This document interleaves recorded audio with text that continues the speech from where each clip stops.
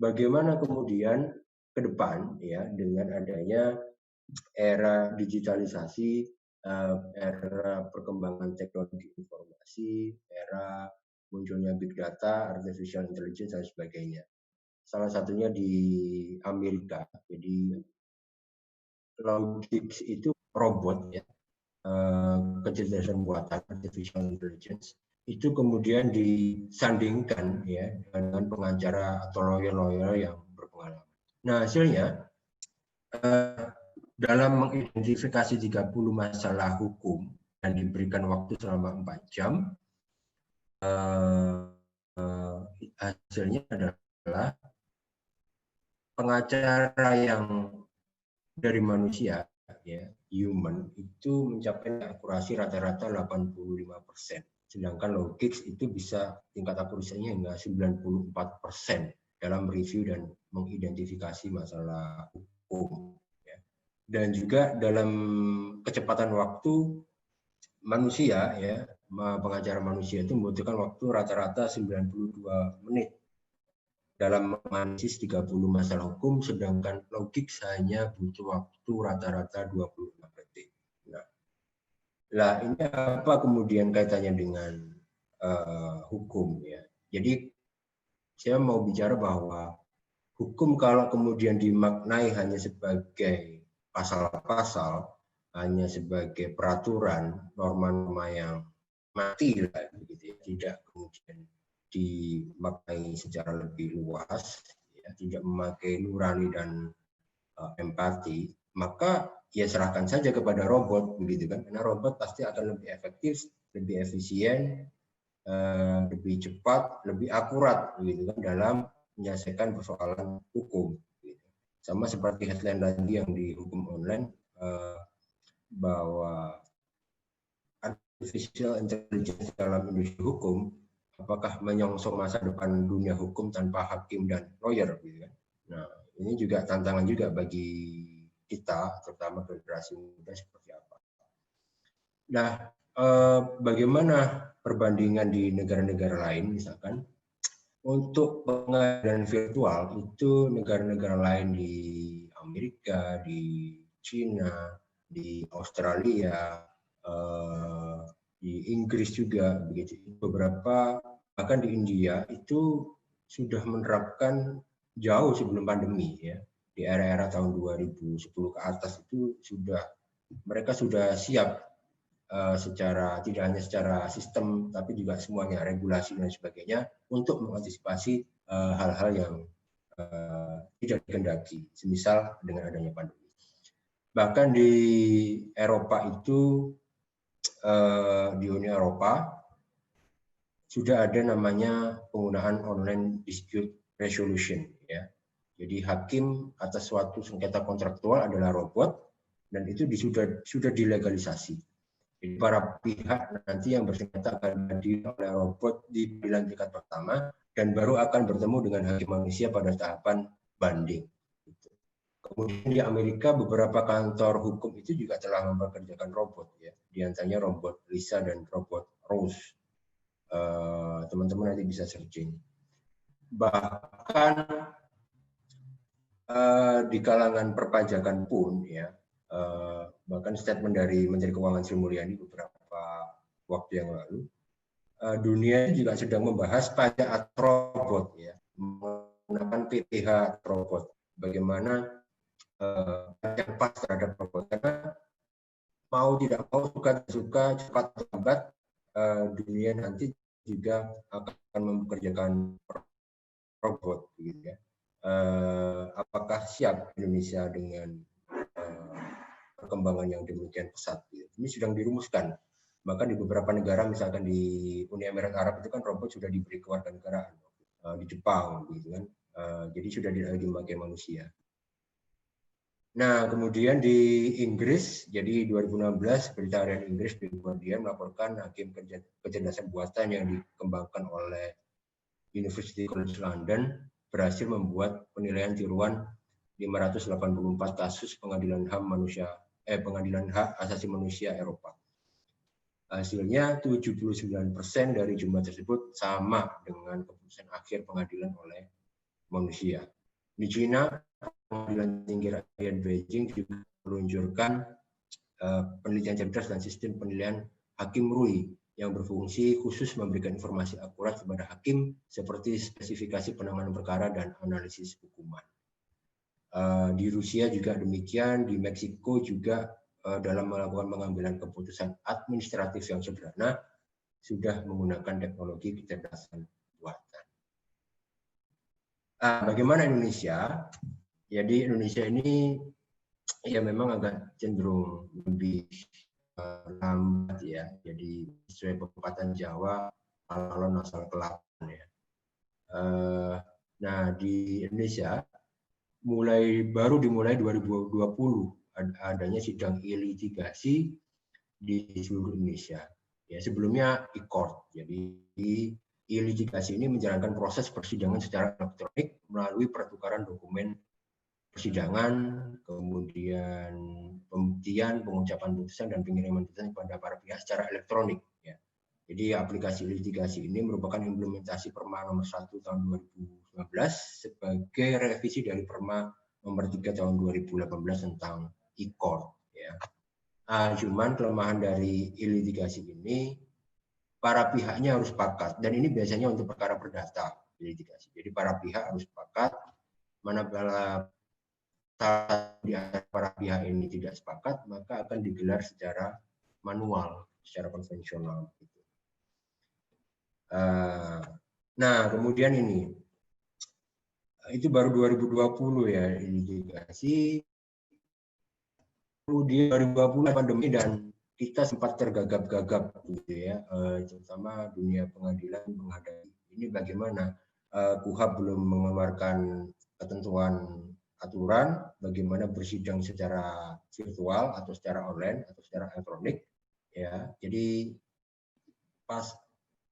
pada awal pandemi hingga September itu dapat dikatakan belum ada regulasi atau landasan hukum yang mengatur sidang pidana itu secara online. Ya, baru Perma nomor 4 tahun 2020 yang disahkan tanggal 25 September 2020 itu yang mengatur tentang ketentuan administrasi dan persidangan perkara pidana di pengadilan secara elektronik. Jadi dilaksanakan dulu sidang secara online, permanya nyusul. Ini bisa ditanyakan ke dosen-dosen kalian di UNED itu bagaimana itu secara teori dan asas-asasnya seperti apa, apakah boleh atau seperti apa. Itu pasti akan menjadi perdebatan menarik. Nah, di laporan tahunan Mahkamah Agung sendiri tahun 2018 sebenarnya sudah membuat ya modernisasi manajemen perkara pengadilan. Memang terlepas dari kelemahannya, sektor peradilan itu atau dunia pengadilan sudah lebih maju ketimbang kita misalkan kalau saya lihat secara kasat mata antara peradilan dengan sektor kejaksaan maupun kepolisian ya. Tetapi memang agak cukup lambat ya progresnya begitu. Jadi ini laporan tahunan tahun 2018. Jadi 2015 itu keterbukaan dan revitalisasi sistem pelaporan manajemen perkara di pengadilan itu baru dicanangkan. Jadi adanya transparansi putusan, transparansi informasi perkara, integrasi informasi perkara, dan juga pelaporan perkara berbasis elektronik. Ya ini cukup mengkhawatirkan ya. Di 2012 kalau kita lihat di negara lain sudah siap ekosistem pengadilan virtualnya atau pengadilan online-nya kalau kita misalkan coba bandingkan dengan negara lain. Kita baru bisa transparansi putusan gitu kan. Bahkan mengenai transparansi putusan itu sendiri sekarang juga menjadi catatan karena tidak setiap putusan yang diketok oleh hakim itu sudah bisa langsung diakses oleh para pihak maupun para pencari keadilan. Termasuk juga transparansi informasi perkara. Ya, memang ada, tetapi tidak dibuka seluruhnya. Gitu. Nah, 2020 baru mencanangkan modernisasi bisnis proses dan pelayanan publik. Ya, yang tadi ya soal litigasi, court, ya, migrasi ke manajemen perkara berbasis elektronik, pelayanan publik berbasis elektronik, dan simplifikasi administrasi perkara cepat. Masih bicara pengadilan. Baru di 2025 pelayan hukum terintegrasi bicara pengadilan online. Ada integrasi dengan penegak hukum lain, pengadilan online, dan sistem login tunggal bagi advokat. Jadi pandemi ini semacam mengakselerasi ya laporan tahunan yang disampaikan oleh Mahkamah Agung yang awalnya dicanangkan di 2025, mau tidak mau, suka tidak suka, 2020 sudah mulai menerapkan namanya pengadilan online, sehingga makanya dari sisi regulasi pun akhirnya hanya berdasar perma begitu kan, karena memang ini kan luar ya, di luar ya, walaupun sebenarnya kalaupun di luar prediksi sebenarnya sudah bisa diprediksi jauh-jauh hari ya. Kalau kita lihat misalkan Bill Gates yang pernah berstatement dan sebagainya, itu sebenarnya sudah bisa diprediksi, cuman mungkin karena tidak responsif sehingga kita terlihat seperti tergagap-gagap begitu. Nah, ada beberapa catatan yang perlu saya sampaikan juga, bahwa saya mengutip dari pendapatnya Mira Tayyibah, staf ahli Kemenkominfo. Jadi transformasi digital itu seyogyanya bukan kebijakan yang offline menjadi online atau paper based menjadi computer based begitu kan, tapi juga diperlukan juga penyesuaian pola pikir dan strategi serta konsisten dalam implementasi. Jadi mau tidak mau, suka tidak suka itu dunia online itu kita pasti akan terbiasa. Ada maupun tidak ada pandemi, kegiatan misalkan seperti ini, kuliah online, kuliah virtual, itu kita pasti akan mulai harus terbiasa, ya. Karena itu bukan menyangkut soal ada dan tidak ada pandemi, karena ini sudah menyangkut perkembangan zaman, sehingga mau tidak mau, suka tidak suka, kita dipaksa untuk itu. Tetapi bagi sebagian kalangan, ya, ketika saya berdiskusi, terutama di birokrasi ya, baik di KAI maupun di lingkungan Mahkamah Agung sendiri, bahwa menganggap pengadilan online atau hal-hal yang bersifat online, yang bersifat virtual itu hanya untuk pada saat pandemi saja, karena kita nggak tahu pandemi itu apakah juga akan selesai atau mungkin juga akan ada pandemi baru. Ini kan nggak pernah tahu. Jadi saya kira harus ada pola pikir yang progresif, bahwa transformasi digital itu sebagai suatu keniscayaan. Kemudian catatan yang kedua, bahwa memang menemukan kebenaran material dalam proses persidangan itu, apalagi dilakukan secara online, itu bukan perkara yang mudah. Bagaimana coba bayangkan kita misalkan perkara pidana, kita hanya mengetahui melalui gambar, melalui video saja. Sementara kalau di sidang secara konvensional biasanya kan ketika terdakwa dihadirkan, itu kan ada jaksa, hakim, ya, maupun advokat itu kan bisa membaca bahasa tubuh atau psikologis si terdakwa maupun saksi, ya, dalam memberikan keterangan apakah dia berbohong, ya, atau dia bicara padanya. Tapi ketika dihadapkan di online ini kan agak sulit, gitu kan, menemukan kebenaran material. Nah, yang terakhir terkait keterbukaan informasi dan partisipasi publik dalam mengakses persidangan, public control. Jadi kalau saya lihat baru KPK yang cukup progresif, ya, karena dalam beberapa sidangnya itu KPK di website resminya itu sudah meluncurkan live, ya, live YouTube. Jadi sidangnya itu di-live-kan secara YouTube. Di publik itu bisa melihat, bisa memantau, bisa menyaksikan secara langsung bagaimana proses persidangan melalui YouTube, yang KPK beberapa waktu yang lalu. Mungkin memang kalau kita bicara hukum acara bisa dikecualikan dalam perkara-perkara tertentu atau saksi-saksi tertentu, tapi keterbukaan itu tetap penting. Bagaimana kita bisa mengetahui, ya, adanya partisipasi publik sementara tidak pernah ada keterbukaan dan partisipasi publik dibuka dalam mengakses persidangan. Karena di Perma 4 2020 itu belum disebutkan bagaimana kontrol publik dalam mengakses. Kita nggak tahu, ya. Zoom kalau kita nggak akses atau tidak di live-kan secara YouTube, kita nggak bisa tahu bagaimana sidang itu dibicarakan. Kira-kira itu juga perlu dipikirkan. Sebagai penutup, saya kira ini ada beberapa hal yang perlu dilakukan. Apa sih yang bisa dilakukan sebagai mahasiswa? Gitu kan? Jadi ya yang pertama teman-teman perlu banyak belajar, ya. Pelajari apa itu buku, kemudian putusan-putusan, kemudian juga bisa didiskusikan, serta juga mengupgrade ilmu pengetahuan dan teknologi. Karena ya mau tidak mau kita juga harus tahu ya bagaimana perkembangan dunia teknologi, dunia digital itu seperti apa. Kita harus sedikit-sedikit mulai setidaknya tahu lah ya, membaca apa itu artificial intelligence, big data dan lain sebagainya itu apa. Kemudian juga teman-teman juga bisa memantau ya. Ini mungkin agak sulit dilakukan kalau kondisinya seperti saat ini ya, karena pandemi. Jadi teman-teman coba sesekali bisa kalau sudah ada pandemi atau mungkin dengan menjaga protokol kesehatan itu bisa datang dan menyaksikan jalannya persidangan. Tetap mencatat hal yang penting. Atau mungkin bisa mengikuti live YouTube-nya persidangannya KPK untuk sementara waktu ini ya. Sidang yang real itu seperti apa sih kira-kira demikian. Karena nanti biar teman-teman tidak kaget ya ketika kita berbicara berdiskusi secara teori di perkuliahan, kemudian juga realnya sidang secara faktualnya seperti apa.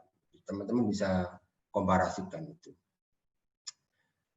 Yang ketiga, teman-teman juga bisa mulai mengeksaminasi, jadi melakukan kajian putusan dan eksaminasi publik. Ya sederhana saja, mungkin dengan beberapa dosen di lingkungan kampus atau mungkin dengan sesama teman-teman sendiri mulai mengkaji putusan apa sih yang janggal dari putusan. Karena kalau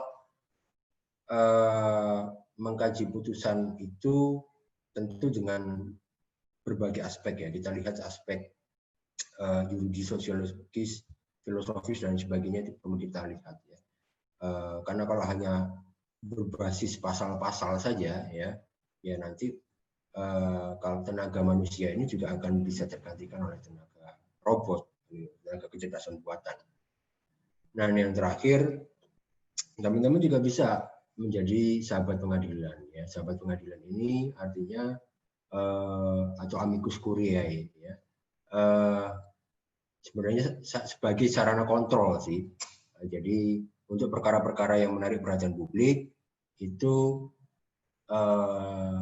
masyarakat bisa memberikan amicus curiae ya, bisa memberikan pendapat selaku sahabat pengadilan sebagai bahan pertimbangan hakim bahwa perkara yang diajukan ini adalah seperti ini misalkan perspektif publik ya, perspektif mahasiswa atau mungkin kampus perguruan tinggi dan sebagainya.